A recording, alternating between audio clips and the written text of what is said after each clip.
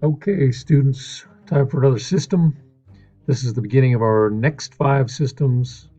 The integumentary system is the first one we're going to be covering, and maybe you haven't heard that word before. That's okay. Integumentary system. And the integumentary system is just a fancy word for the skin system because it's a skin.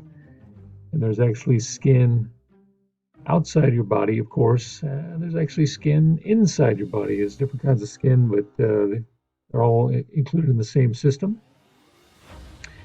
The parts here will be the skin itself, sweat glands, and you see those, and this is a section, cross section of the skin, maybe a tiny piece that would have been magnified a lot. You can see kind of what's inside the skin. There's the sweat glands right there. And we have oil glands. There's some oil glands right here. And hair, of course, and there's some hair and the hair follicles that are way down here. And nails are included in the skin system, the integumentary system, because your nails are basically made of the same thing as your hair, just a hardened version of that. And the functions are going to be protection against infection, injury, and UV rays. Right, so infection, because your skin acts as a barrier and is not letting things like viruses and bacteria just enter your body. It's a barrier against infection.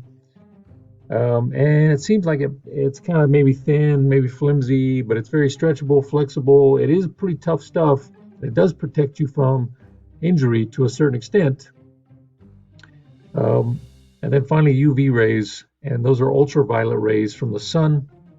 And you may be very light skinned and it's not going to protect you quite as well. And you may be very dark skinned and you don't need as much protection because you can withstand the sun a little better. There's pigments in people's skin that makes them either darker, and less of that pigment makes the skin lighter. That's just a luck of the draw, guys. That's just genetics, and it just depends on who your parents were. That's what determines what color your skin is.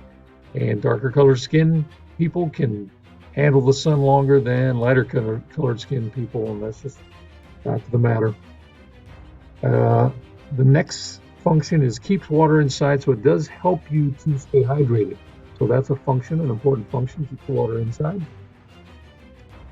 Removes wastes because there's a certain amount of waste that is in your sweat. And sweat has some excess salt and things like ammonia in there. So there are some waste products that you get rid of with your sweat. And then finally, regulating body temperature. And you see the pictures of the sweating and the goosebumps here. And the sweating cools you down because it's evaporative cooling. That moisture on the surface of your skin comes in contact with the air outside and helps you to cool down that way. So when you're outside and you are hydrated enough, your body's going to produce that moisture and allow you to cool down. And once you stop sweating and it's outside and you're outside and it's really hot, then that's when things get dangerous. So if you're staying hydrated, your body can cool down fine outside, even at really high temperatures. But you have to be hydrated. And then when it's cold outside, like it was this morning and yesterday morning, if you go outside without a jacket, you might get those goosebumps. You might start to shiver. That's friction that's going on with your skin and muscles there. So your skin is doing that, raising the hairs on your body to help to insulate you. Now with us and our lack of hair or fur, it does not work quite as well as it probably used to with our ancestors, but it still can work for a little bit, and then you know when it's time to go in and get a jacket or get in front of a fire or whatever, because the shivering and the goosebumps are only going to work so well in extreme temperatures.